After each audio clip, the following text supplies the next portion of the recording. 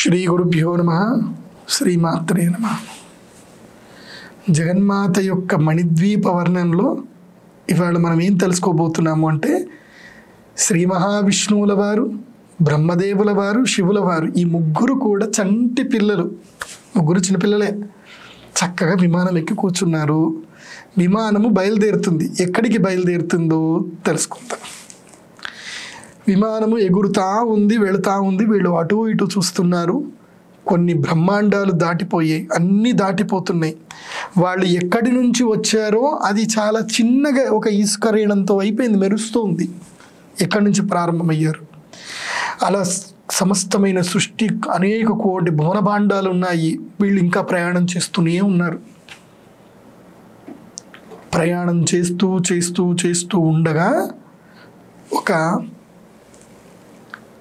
Milk వే అంటే పాలపుంత వచ్చింది. ఆ గెలాక్సీ లోపలికి వెళ్ళిపోయారు, పాలపుంత లోపలికి వెళ్ళిపోయారు. వెళుతూ ఉంటే తళుకు తళుకు మెరుస్తున్న నక్షత్రాలు ఆశ్చర్యకరంగా చూస్తున్నారు. ఇంకా వాళ్ళు ఎక్కడి నుంచి వచ్చారు అనేది ఆ ప్రదేశము వాళ్ళకి కనిపించట్లేదు. ఇంకా మొత్తము పాలపుంతలో ఉండిపోయారు. వాళ్ళకి ఏం అర్థం కావట్లేదు, మనం ఇంత దూరం ట్రావెల్ చేస్తున్నాం ఏంటి అని చెప్పి. ఇది వెళుతూనే ఉంది విమానం. ఇక చూస్తూ చూస్తూ ఉండగా ఏమైంది అని అంటే, కృష్ణబిలము బ్లాక్ హోల్ నల్లగా వస్తుంది. ఇంకా ఆ నల్లటి దాంట్లోకి వెళ్ళిపోతూ ఉంది విమానము. ఇలా వీళ్ళు ఆ నల్లటి దాంట్లోకి వెళతారు. వెళ్ళగానే వీళ్ళకి ఏం జరుగుతుందో తెలియదు. ఇంకేం కనపడదు, మొత్తం చీకటి, నల్లగా ఏమీ కనపడదు. ఇంకా అలా చూస్తూ చూస్తూ ఉండగానే ఆ బ్లాక్ హోల్లో నుంచి వీళ్ళు బయటకు వచ్చేసరికి అద్భుతమైన శాటిలైట్ వ్యూ అనమాట. కింద 12 మంది సూర్యులు ఒకేసారి ప్రకాశమానంగా, స్టేడియంలో ఫ్లడ్ లైట్లు ఉంటాయి కదా, అట్లా ఫ్లడ్ లైట్ లాగా 12 ఆదిత్యులు లైట్ ఫోకస్ చేస్తున్నారు. ఇక్కడికి ఈ ద్వీపం మీద శ్రీచక్రాకారంలో ఉంటుంది ద్వీపం. అది శ్రీచక్రము, మేరు శ్రీచక్రం చూసారా? మీకు ఇక్కడ పక్కన మీకు చూపిస్తారు, చూడండి. ఆ మేరు శ్రీచక్రం, ఆ మేరు శ్రీచక్రం ఎలా ఉందో అలాగా మేరు శ్రీచక్రము అలాంటిది మణిద్వీపం. పైకి చూస్తున్నారు, కింద తళతళ మెరుస్తూ ఉంది. ఒక్కొక్కసారి ఒక్కొక్క వర్ణంలో ఉంది, ఒక్కొక్క రంగులో ఉంది. అప్పుడు ఎరుపు రంగులో కనిపిస్తుంది, అప్పుడు తెల్లటి తెరుపులో కనిపిస్తుంది, అప్పుడు పసుపు రంగులో కనిపిస్తుంది, అప్పుడు గ్రీన్ కలర్లో కనిపిస్తుంది. విచిత్ర రంగులు మారుతూ ఉందన్నమాట. చూస్తున్నారు, ఏదో ఉంది అక్కడ, ఎక్కడికో ఉంది, మనం అక్కడికి వెళుతున్నట్టున్నామని. మేఘాలన్నీ కూడా తొలబడుతున్నాయి. మేఘాలు తొలచబడుతూ ఉంటే, కిందికి వెళుతూ ఉంటే ఇలాంటి విమానాలు అలా వస్తున్నాయి పోతున్నాయి. ఇంకా మొత్తం ట్రాఫిక్ అనమాట, ఈ విమానాల ట్రాఫిక్ కంప్లీట్గా. ఆ ట్రాఫిక్ మొత్తం కూడా ఇంత పెద్ద ట్రాఫిక్ ఏంటి అని చూస్తూ ఉంటే, సేమ్ వీళ్ళ లాంటి మనుషులే, వీళ్ళ లాంటి త్రిమూర్తులే ఇంకా వేరే విమానాల్లో తిరిగి వస్తూ ఉన్నారు. కొంతమంది వెనక ఉన్నారు, అన్ని లైన్లో ఉన్నాయన్నమాట. వీళ్ళు ఆ ట్రాఫిక్లో పడిపోయారు. వెనక్కి చూస్తే సేమ్ ఇట్లాంటి విమానాలే, సేమ్ అలాంటి నువ్వు అక్కడున్నావేంటి, నువ్వు ఇక్కడున్నావేంటి అని ఒకళ్ళు ముచ్చట పెట్టుకుంటున్నారు. అంటే అక్కడ సేమ్ విష్ణు పరమాత్ముడే. అలా కొంతమంది కోటి విష్ణువులు అందరూ కూడా విమానంలో ట్రావెల్ చేసి వచ్చారు. అంటే ఎన్నో కోట్ల భువనభాండాలు ఉన్నాయి, ఎన్నో కోట్ల సృష్టులు ఉన్నాయి. ప్రతి భువనభాండాలన్నిటి కూడా త్రిమూర్తులు, అధిష్టాన దేవతలు. అంటే ఒక్క విష్ణువు కాదు, కోట్ల మంది విష్ణువులు, కోట్ల మంది బ్రహ్మలు, కోట్ల మంది శివులు, రుద్రులు అందరూ విమానంలో ట్రావెల్ చేస్తున్నారు. వీళ్ళ ట్రాఫిక్లో ఉన్నారు. అలా కింద చూస్తూ ఉంటే చక్కగా హంసలు ఎగురుకుంటూ వెళుతున్నాయి. రకరకాలైన పక్షులు, రకరకాలైనటువంటి వృక్షములు, అద్భుతమైన సుగంధభరితమైన వాసనలు. కింద మొత్తం కూడా సముద్రం, అమృత సముద్రం. అది నీళ్ళ సముద్రం కాదు, అమృత సముద్రం. ఈ సముద్రంలో ఒక చెంబెడు అమృతం కోసమని దేవతలు, రాక్షసులు, త్రిమూర్తులు అందరూ కూడా కష్టపడి క్షీరసాగర మదనం చేస్తే వాళ్ళకి వచ్చింది ఎంత? ఓ చెంబెడు. ధన్వంతుల వారు ఒక చెంబెడు అమృతాన్ని తెచ్చిచ్చారు. ఇక్కడ అమృతం ఎంత ఉంది అని అంటే, అమృత సాగరం, unlimited, there is no limit. అమృత సాగరం, అలాంటి అమృత సాగరం అద్భుతంగా ఉంది. ఆశ్చర్యపోతున్నారు. సో అలా వెళుతూ వెళుతూ వెళుతూ ఈ మణిద్వీపము యొక్క పైన ల్యాండింగ్ స్పేస్ ఉంటుంది అనమాట. ఆ ల్యాండింగ్ స్పేస్లో వెళ్ళి వీళ్ళు ల్యాండ్ అయ్యారు.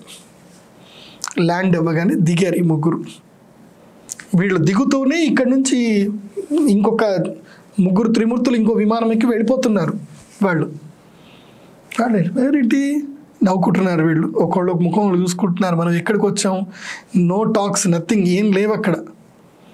దిగి అలా వెళుతూ వెళుతూ ఒక లేయర్ ఉంటుంది అనమాట, అంటే ఎంట్రన్స్ లేయర్, చింతామణి గృహం అంటారు దాన్ని. సో దానికి ఒక లేయర్ ఉంటుందన్నమాట. ఆ లేయర్ లోపలికి వీళ్ళు కాళ్ళు పెట్టగానే వీళ్ళు ఆడవాళ్ళుగా మారిపోయారు. చూసుకున్నారు, ఏంటి మనం ఇలా మారిపోయామేంటి, ఇలా మారిపోయామేంటి అని ఒకళ్ళు చూసుకున్నారు. చూడగానే మనం ఇలా మారిపోయామా, సరే మళ్ళీ వెనక్కి వెళ్దామని మళ్ళీ లేయర్లో వెనక్కి వచ్చారు. మళ్ళీ పురుష రూపంలో ఉన్నారు. టక్కన మళ్ళీ లోపలికి వెళ్ళారు, మళ్ళీ ఆడ రూపంలోకి వచ్చారు. అలా రాగానే లోపల రాగానే అక్కడ అమ్మవారి యొక్క పరిచారకులు లోపల రండి అని చెప్పి వాళ్ళని తీసుకెళ్తూ ఉంటారు.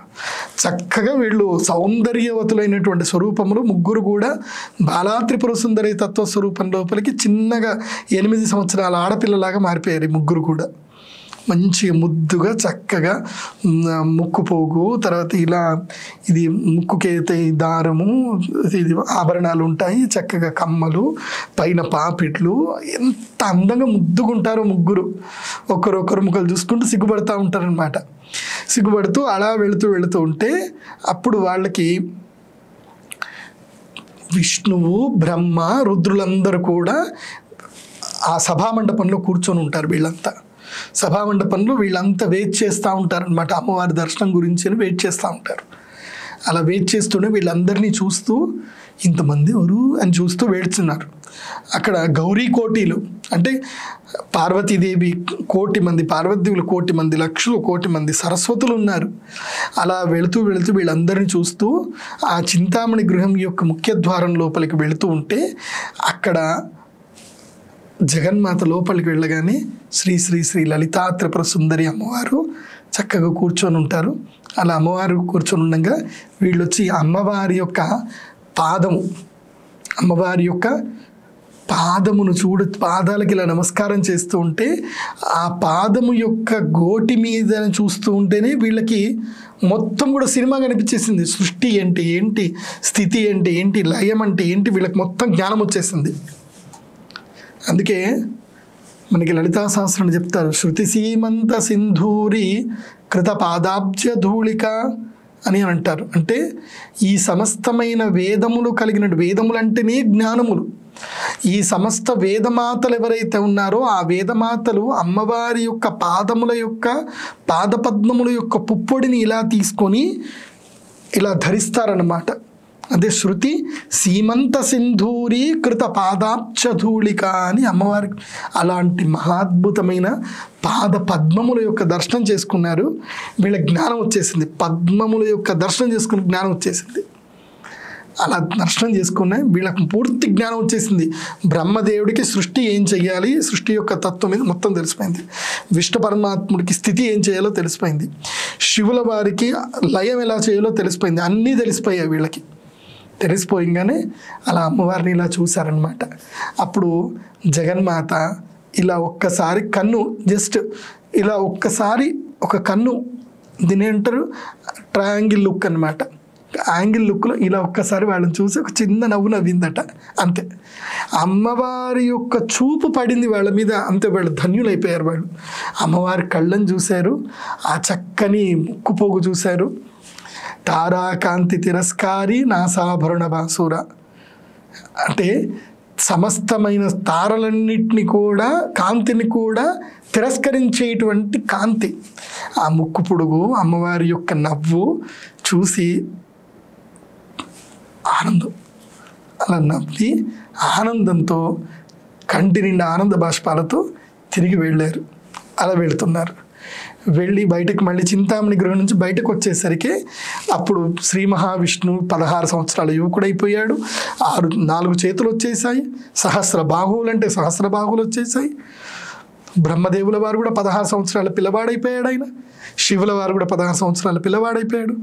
మీ ఒక్కడి గుర్తుపెట్టుకోండి, మీకు ఈ సినిమా వాళ్ళు దరిద్రులు మనకి ఎప్పుడు కూడా మిస్గైడ్ చేస్తారు. బ్రహ్మ కానీ, విష్ణు కానీ, శివులు కానీ ఈ ముగ్గురు కూడా నిత్య యవ్వనులే. బ్రహ్మదేవుడు ఎప్పుడు ముసలివాడు కాడు, ఇంత పెద్ద గడ్డం పెట్టి ఉండరు. బ్రహ్మదేవుడు నిత్య యవ్వనమే. బ్రహ్మ, విష్ణు, మహేశ్వరులు ముగ్గురు కూడా ఎప్పుడు కూడా 16 సంవత్సరాల యుక్త వయసులోనే ఉంటారు. వీళ్ళకి వయసు అయిపోదు, వయసు మీరదు. వీళ్ళెప్పుడు నిత్య యవ్వనులు, గుర్తుపెట్టుకోండి. ఆ నిత్య యవ్వనంతో వాళ్ళు బయలుదేరారు. ఇప్పుడు మళ్ళీ విమానం ఎక్కేశారు, విమానం బయలుదేరింది. ఇప్పుడు వాళ్ళు అటు చూసేసరికి మళ్ళీ చంటి పిల్లలు, మళ్ళీ ముగ్గురు బ్రహ్మ, విష్ణు, మహేశ్వరులు ఆ లైన్లో ట్రాఫిక్లో ఉన్నారనమాట. ఇప్పుడు వీళ్ళు రిటర్న్ వెళ్తున్నారు కదా, ట్రాఫిక్లో ఉన్నారు, చూస్తున్నారు. ఇలా ఇలా చేతులు ఊపుతుంటే అక్కడ వాళ్ళు కూడా చేతులు ఊపుతున్నారు. అంటే they are going to learn about the creation and ఇదైతే సృష్టి, స్థితి, లయ. ఈ నేర్చుకోవడానికి వీళ్ళందరూ వస్తున్నారు. ఎంతసేపు నేర్చుకుంటున్నారు వీళ్ళు తెలుసా మీకు? ఎంతసేపు నేర్చుకున్నారు?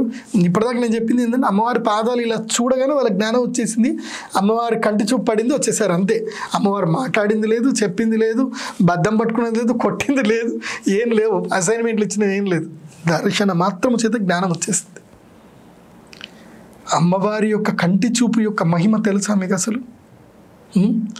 లలితా సహస్రంలో చెప్తారు, ఉన్మేష నిమిషోత్పన్న విపన్న భువనావళి అని. అమ్మవారి యొక్క కంటి యొక్క చూపు యొక్క తత్వం అంటే, అమ్మవారు కనురెప్ప ఇలా వేసి ఇలా తీస్తే ఉన్మేష నిమిషోత్పన్న, ఉన్మేష నిమిష అంటే కనురెప్ప ఇలా వేసి ఇలా తీసే లోపల ఉత్పన్న భువన ఆవళి అంటే ఈ యొక్క సమస్తమైన భువన భాండాలన్నీ కూడా పుడతాయి. ఇన్ని భువన ఆవళి, ఉన్మేష నిమిష ఉత్పన్న భువనావళి. ఆవళి అంటే ఏంటి? క్రమము. ఇప్పుడు ఈ దండ ఉంది, దీన్ని ఆవళి అంటారు, రుద్రాక్ష ఆవళి అంటారు. అంటే ఈ రుద్రాక్షల యొక్క మాల, ఆవళి అంటే మాల. అలాంటివి పరిక్రమం జరిగిపోతున్నాయట. కొన్ని కోట్ల భువన భాండాలు పుడుతున్నాయి, నశిస్తున్నాయట. ఏంటి? ఒక కనురెప్ప ఇలా వేసేంత లోపల. అంటే కనురెప్ప చూశారు అంటే ఎన్ని కోట్ల బ్రహ్మాండాలు జరిగిపోయి ఉంటాయి. అంత లోపల వీళ్ళని నేర్చేసుకున్నారు. వీళ్ళు వెళ్ళి ఇంకా ఈ జగన్మాత, అందుకోసం ఎప్పుడు అందరికీ డౌట్ వస్తూ ఉంటుంది, విష్ణు పరమాత్ముడు ఎప్పుడు ధ్యానంలో ఉంటాడు, శివుల వారు ఎప్పుడు ధ్యానంలో ఉంటారు, బ్రహ్మదేవుల వారు ఎప్పుడు ధ్యానంలో ఉంటారు, వీళ్ళు ఎవరి గురించి ధ్యానం చేస్తుంటారు అంటే ఈ జగన్మాత యొక్క శక్తి గురించి ఎప్పుడూ ధ్యానం చేస్తూ ఉంటారు.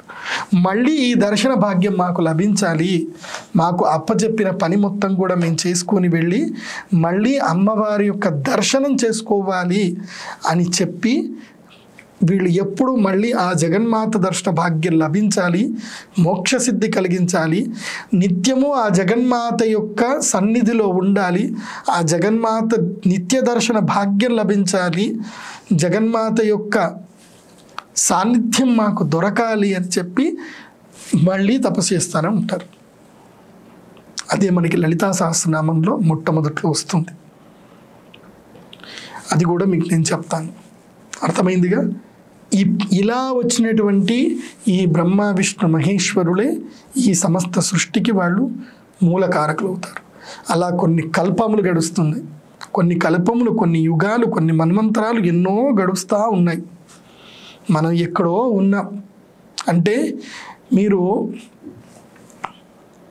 సముద్రపు ఒడ్డుకు వెళ్ళి, లేదంటే ఒక ఇసుక తిన్నెల నుంచి ఇసుక తీసుకొని ఒక పిడికెడు పట్టుకొని అందులోపల ఒక ఇసుక గింజ తీస్తే ఆ ఇసుక గింజని 1,00,000 మార్లు దాన్ని నానోపాటిక చేస్తే ఎంతనో మన భూమి అంత, ఈ సృష్టి అంత. ఆ సృష్టిలో మనం ఉన్నాం, మనం ఎక్కడో ఉన్నాం. ఎందుకు పనికిరాని, దేనికి చేత కానీ ఏదో ఉండి ఒక చిన్నగా కిడ్నీలో స్టోన్ వస్తే తట్టుకోలేము, ఒక లివర్ ప్రాబ్లం వస్తే తట్టుకోలేము, ఒక చిన్న నొప్పి కలిగితే తట్టుకోలేము. మన శరీరమే మన ఆధీనంలో లేదు, మనం మాత్రం దేవుడు లేడు, దేవుడు ఎవరు అని అహంకారంతో విర్రవీగుతూ ఉంటాం. మన శరీరంలో జరిగేటువంటి యొక్క ఫంక్షన్కే మన కంట్రోల్లో లేదు, అది దేవుడి కంట్రోల్లోనే ఉంది. మన కంట్రోల్లోనే మనం దిక్కులేము, మనం మాత్రం ఈ ఫుల్ నేచర్ని మనం కంట్రోల్ చేయాలి అన్న ఒక అహంకారంలో మిథ్యా జ్ఞానముతో మిడిమిడి జ్ఞానంతో దైవ దూషణ చేస్తున్నాం. దైవం అదని ఇదని. దైవము అంటే ఏంటో తెలుసా? శక్తి, ద పవర్. దానికి మీరు ఏదైనా పేరు పెట్టుకోండి. అర్థమైందా? సో నేను మళ్ళీ మణిద్వీపవర్ణి గురించి ఇంకా కూడా చెప్తాను. ఇంకా మనం అసలు మణిద్వీపం ప్రారంభం అవ్వలే, అసలు ఎక్కడి నుంచి పుట్టింది, అసలు మణిద్వీపం మొదలు ఎవరు చూశారు, ఎక్కడ ఉంటుంది మణిద్వీపము, ఎలా ఉంటుంది, ఎవరు వెళ్ళారు, ఇవన్నీ తత్వాలు తెలుసుకున్నాం. ఇక మణిద్వీపం యొక్క ప్రారంభం ఎలా ఉంటుంది సశ్లోకంగా మనం తెలుసుకుందాం. సర్వే సుజనాహ సుఖినో భవంతు. అందరూ జగన్మాత యొక్క ఈ తత్వాన్ని వినండి, చాలా పుణ్యం వస్తుంది. మీ కళ్ళతో మీ మనస్సుతో దీన్ని దర్శనం చేసుకోండి, 10 మందికి తెలియజేయండి. ఈ వీడియో చూసిన ప్రతి ఒక్కరు కూడా తప్పకుండా మీరు లైక్ అనేది ఇవ్వాలి. లైక్ తర్వాత అందరికీ 10 మందికి షేర్ చేయండి, అందరికీ తెలియజేయండి. సర్వే సుజనా సుఖినో భవంతు. శ్రీమాత్రే నమః.